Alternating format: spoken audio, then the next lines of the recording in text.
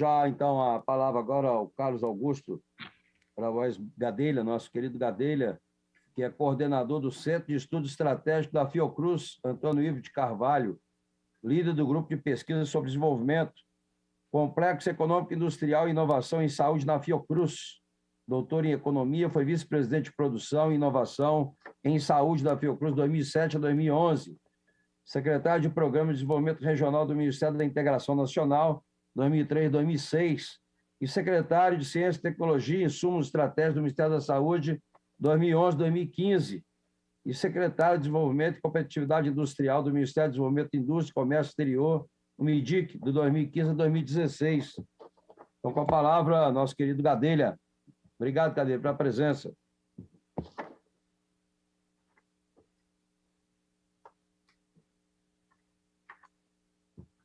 Aí. Muito obrigado, senador. É uma honra estar aqui no Senado e o chamado do senhor é uma convocação. Seu nome é um pouco para a história da ciência e tecnologia no Brasil, teve à frente desse processo de descontingenciar o FNDCT, mas isso não é apenas uma medida administrativa, é uma visão estratégica de que um país do futuro não vive sem ciência, tecnologia e inovação.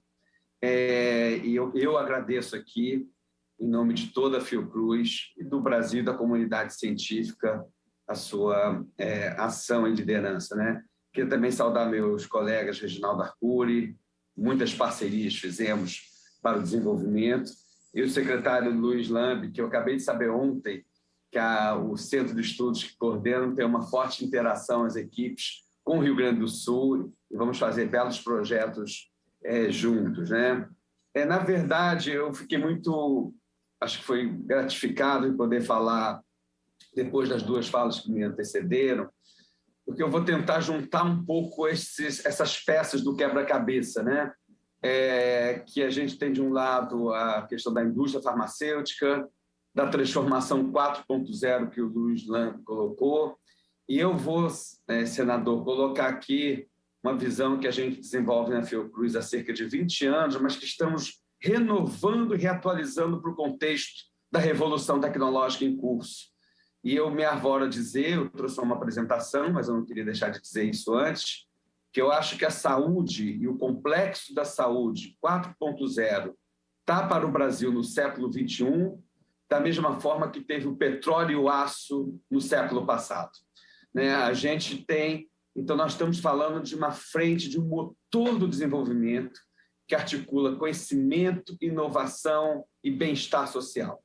Eu acho que até há uma certa mudança de paradigma e o envolvimento do Senado, né? A conformação dessa iniciativa e a organização dessa mesa, eu confesso, eu tenho um lado latino, né? Eu fico emocionado com essa perspectiva que não deixa a gente perder a esperança no futuro, né?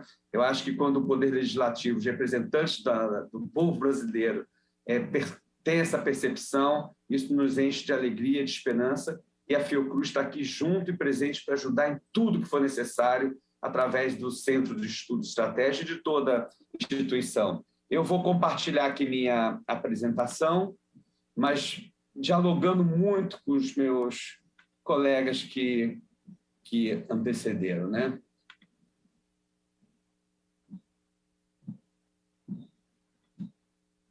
Bom, a ideia é um pouco essa, da gente pensar a saúde como um complexo econômico-industrial, um sistema produtivo de inovação que interfere e direciona talvez a parte mais dinâmica da economia. Um assessor do presidente Obama falou isso, um economista que não entende de saúde não entende de 40% da parte mais dinâmica do PIB mundial. É assim, porque ela incorpora, ela se dissemina para um conjunto de atividades que eu vou mostrar aqui, é absolutamente estratégico para o nosso país, e nós estamos em risco, né, como a pandemia da Covid nos mostrou. Mas a ideia, então, é a gente pensar a saúde a partir de um novo paradigma de políticas públicas. É fundamental a atuação do Congresso, do Senado, para a gente repensar e reconstruir uma estratégia de desenvolvimento para o século XXI. Eu parto aqui de uma definição mais clássica do Celso Furtado, mas é impressionante que de 1964, onde ele associa o desenvolvimento econômico. Eu vou tentar aqui colocar a minha ponteira. Deixa eu ver se eu consigo. Não estou conseguindo. Então, eu não vou colocar. Agora apareceu aqui, deixa eu ver. Pronto, apareceu. Ele sempre é ajudado com essas tecnologias. Ele associa o desenvolvimento econômico com a inovação tecnológica. Isso vários já estão fazendo. Mas ele coloca na definição de desenvolvimento a mudança social, que é o que a gente está discutindo aqui, institucional, para atender às necessidades humanas, com uma diferenciação no sistema produtivo. Então, o desenvolvimento econômico ele envolve, ao mesmo tempo, inovação, mudança social e atendimento das necessidades humanas. Ele não falava de saúde na época, mas por trás, se a gente olhar o campo da saúde, ele é, ao mesmo tempo, inovação, eu costumo dizer inovação na veia, ele está inerentemente ligado às necessidades humanas e ele passa pela necessidade de uma profunda mudança no sistema produtivo. A saúde, ela de um lado, ela é um direito, isso é tradicionalmente, mas é uma vitória o Brasil ter um sistema único de saúde, é o maior sistema público universal de saúde do mundo em termos de população. Não podemos ter esse sistema e a geração de riqueza e renda não está dentro do nosso país para atender esse mesmo sistema. De outro lado, no âmbito econômico, a saúde se configura uma área líder da quarta revolução tecnológica, é a porta de entrada possível para o Brasil na quarta revolução tecnológica.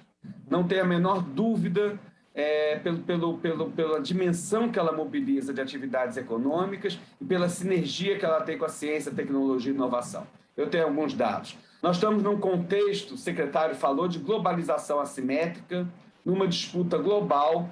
Mais de 100 países fecharam as portas de produtos para o Brasil no meio da pandemia, todos desenvolvidos. Ela se torna também não apenas uma questão de vulnerabilidade, de soberania mesmo, a gente tem que assumir que foi uma questão de soberania. Eu vi, senador, ventiladores que vinham para Fiocruz sendo tirados do avião. Eu vi, ninguém me contou. Tá? Então, acho que se torna uma questão, mas também uma questão de oportunidade de desenvolvimento. E a perspectiva ambiental? Não dá para falar de saúde sem ambiente. A pandemia da Covid mostra toda essa interface entre a saúde humana e a saúde ambiental e a questão ambiental. Né? Saúde é qualidade de vida e não ausência de doença. Portanto, ter um ambiente saudável é uma questão de saúde. Então, a saúde ela dialoga com as 3 vertentes estratégicas do desenvolvimento: o direito social, a inovação e o ambiente. A ideia é que a gente não pode fazer uma discussão, não podemos discutir o sistema social separado da ciência, tecnologia e inovação e da transformação econômica. São 2 lados de uma mesma moeda. Se nós não temos capacidade produtiva e econômica para medicamentos, para inteligência artificial, para big data, nós vamos entrar na dependência do século XXI. Seremos fornecedores de dados para comprar informação e pacotes tecnológicos do exterior. A dependência que a gente tem hoje de medicamentos vai se ampliar também para o mundo 4.0. Então, esses mundos são interdependentes. Nessa perspectiva,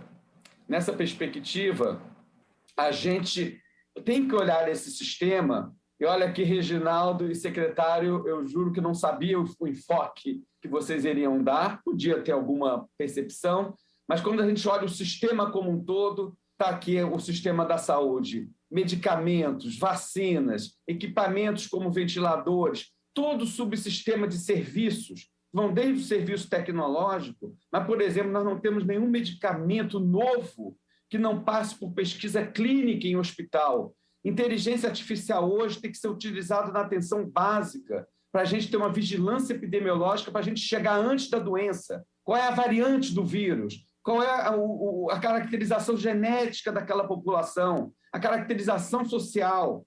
Então, hoje, não dá para a gente conversar apenas vacina, equipamentos e serviços, eles estão interligados. E aqui é a inovação que a gente traz no próprio conceito do complexo, o subsistema de informação e conectividade. Não haveria a vacina da Fiocruz, a vacina da Pfizer, da Moderna, sem inteligência artificial e sem uso de Big Data. Elas não teriam valor nenhum no Brasil, por exemplo, se nós não tivéssemos um Programa Nacional de Imunização, uma atenção básica que está sofrendo, mas que é a base para as pessoas manterem o distanciamento social e para ter uma alta adesão à vacina. O Brasil tem uma alta adesão à vacina. Esse sistema produtivo ele mobiliza 9% do PIB, 9% dos empregos, 20 milhões de empregos diretos e indiretos, quando a gente está numa tragédia de desemprego. A saída da crise e o enfrentamento passava por um forte investimento na saúde, que a gente não podia parar na saúde, tinha que investir, gerando emprego e renda, inclusive reduzindo o desemprego. 30% da pesquisa e desenvolvimento brasileiro, eu diria que é mais, porque muitas das pesquisas que não são classificadas como saúde, mas que estão nas matemáticas, na inteligência artificial, na computação, são de saúde. Então, eu diria que 30% a 40% da pesquisa brasileira está na saúde. E isso tem que se transformar em riqueza. E é uma maravilhosa, talvez uma das mais possíveis portas de entrada do Brasil na quarta revolução tecnológica, inclusive rejuvenescendo e criando sinergia para outras atividades econômicas. Muitas dessas tecnologias, assim como é na área de defesa, na saúde também, elas são pervasivas, elas contribuem para o sistema econômico como um todo.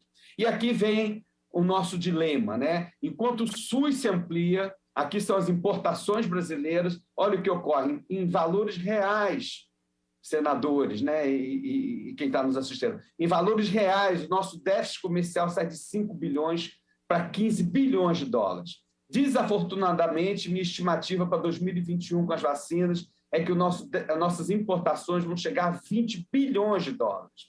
Isso significa o orçamento inteiro do Ministério da Saúde, o equivalente a um orçamento inteiro do Ministério da Saúde, sem gerar um emprego, uma renda, sem aproveitar uma capacidade científica nacional.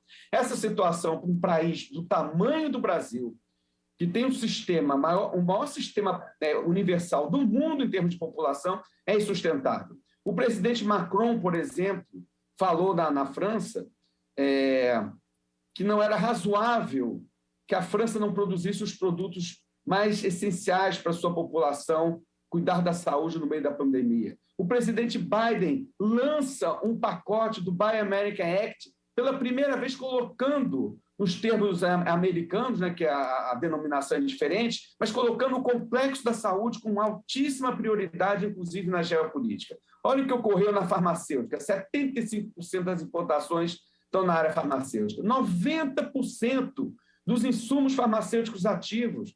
Como falou o Reginaldo aqui, não é apenas a vacina, é uma sindemia. A gente tem que pensar ao mesmo tempo em câncer, doenças do coração, diabetes. Quem chega para ser tratado pela Covid tem diabetes e tem um problema cardiovascular, o risco é muito maior. Então, a gente está tratando de um sistema produtivo. Na área de equipamentos e materiais, olha o que ocorre.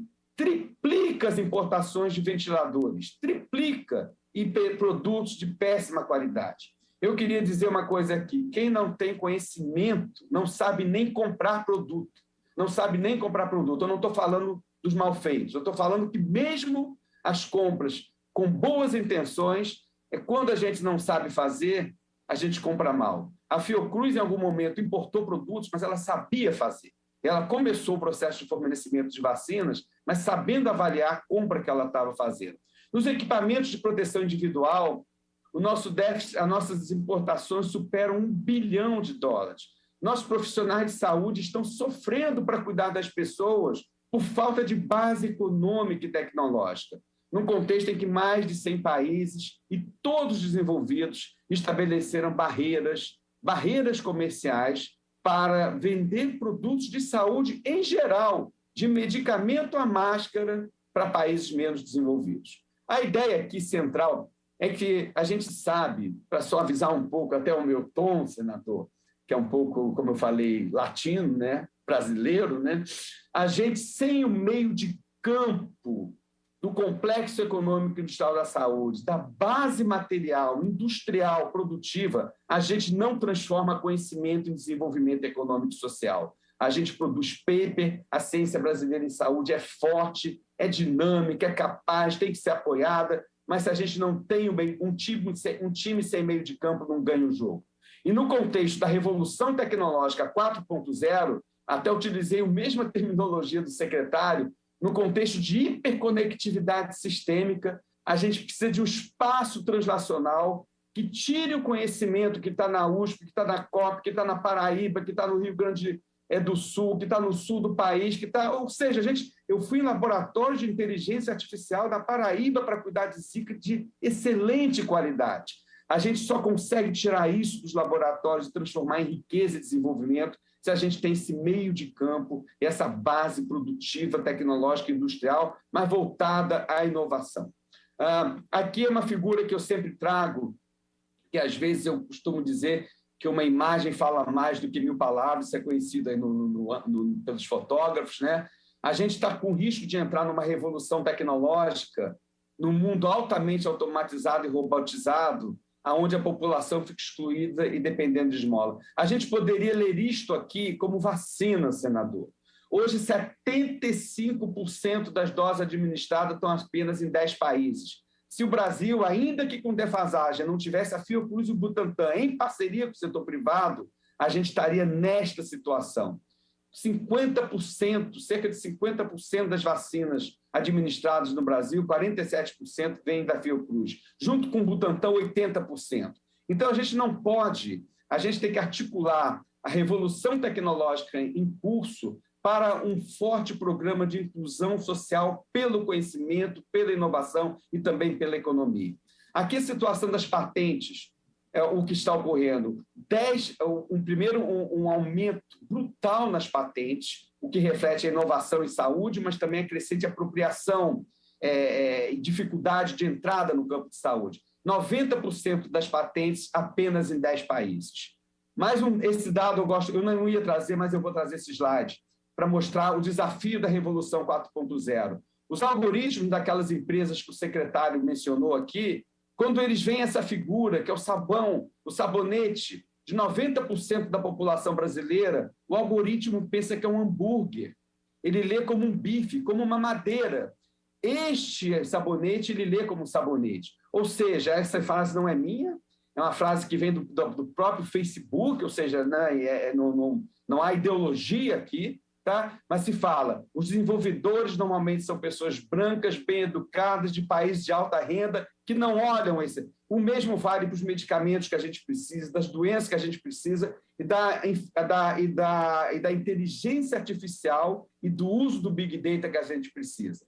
Como é que a gente vai cuidar de Zika, de dengue, chikungunya? Como é que a gente vai trabalhar nos problemas de câncer, de altíssima tecnologia, mas que acomete a população de modo dramático? Hoje eu vou estar organizando um seminário sobre câncer, que é uma questão de saúde pública no Brasil que depende de alta tecnologia. A gente não pode lidar sem ter capacidade tecnológica para interagir com essas empresas de modo digno, até pegando também o slide aqui que o secretário mostrou. O campo aqui da inteligência artificial, mais uma vez, poucos países dominando a inteligência artificial e transformando a inteligência artificial em riqueza. Essa aqui, senador, acho que justifica um pouco o esforço do FNDCT. O tamanho da bola é o gasto em ciência e tecnologia. Aquela geopolítica da ciência, tecnologia e inovação, ela aparece de modo muito gritante. Mais uma vez, Estados Unidos, China, países europeus liderando o investimento em ciência e tecnologia no contexto da pandemia. O Brasil ainda tem um gasto relevante, mas não fosse a decisão da FNDCT e a tendência ainda arriscada que eu vou falar ao final, essa bola poderia estar sendo cortada para 1/3. Olha o retrato do Brasil hoje.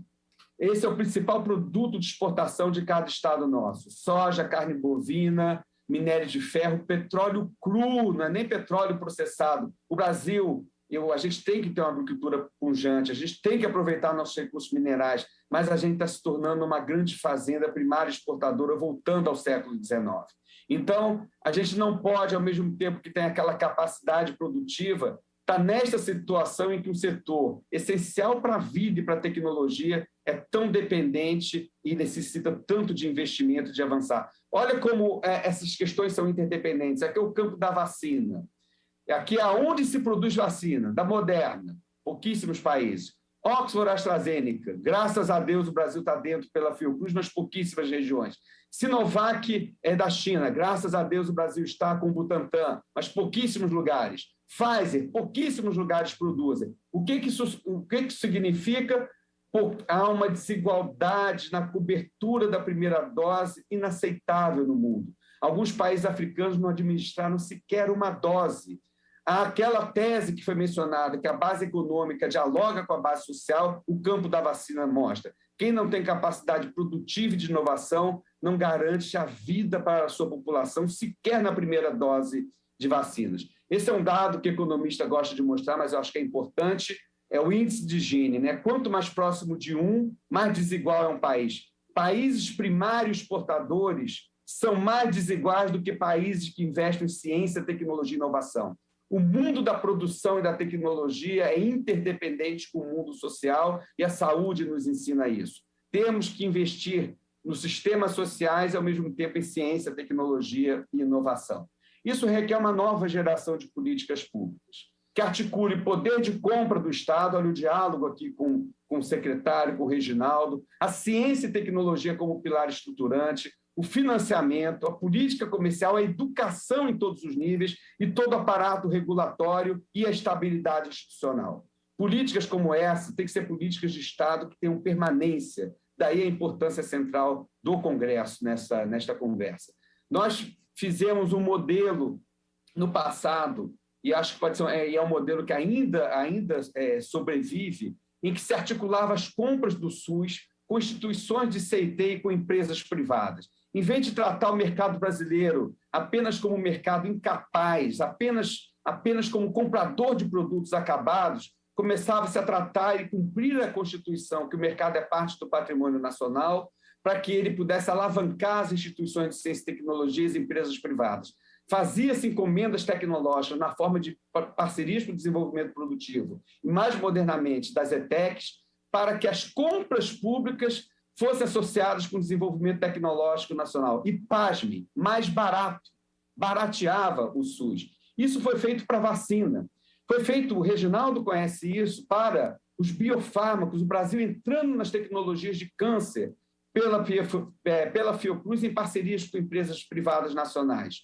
Esta base tecnológica construída na Fiocruz foi que permitiu a Fiocruz fazer acordo com a AstraZeneca, senão 47% das vacinas administradas não teriam sido administradas no Brasil. O mesmo ocorre com o Butantan. A vacina para a gripe, que eu me orgulho em dizer que recebi um PAD, um processo administrativo disciplinar, porque falei que não compraríamos da Sanofi, e sim do Butantan, em parceria com a Sanofi, para produzir no Brasil. Se não fosse isso, senador, o Butantan não produziria vacina para a Sinovac hoje.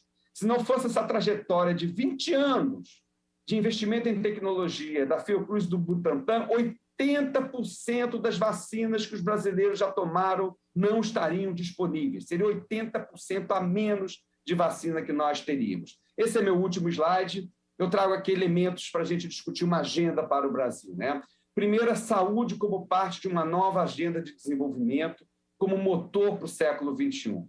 Segundo, a criação de uma base institucional sólida para políticas estruturais, o que requer uma ação interministerial com participação da sociedade civil e do setor produtivo. O fortalecimento das instituições de ciência e tecnologia e da produção local. Músculo e cérebro. Precisamos dos dois, músculo e cérebro. E cada vez um músculo que dialogue mais com o cérebro e com a inteligência. A centralidade do complexo no poder legislativo para viabilizar um Estado comprometido com a inovação e com o acesso. Nesse sentido, o fortalecimento, estabilidade e transparência para o uso estratégico do poder de compra. O fortalecimento da base de ciência e tecnologia e do FNDCT. Senador, eu faço parte do comitê, do conselho diretor do FNDCT. Nós estamos em risco de perder a vitória que se conseguiu sob sua liderança da Lei 177. Porque na operacionalização do FNDCT, os recursos estão indo em 50% para recursos reembolsáveis e com essa taxa de juros o setor empresarial não pega os recursos.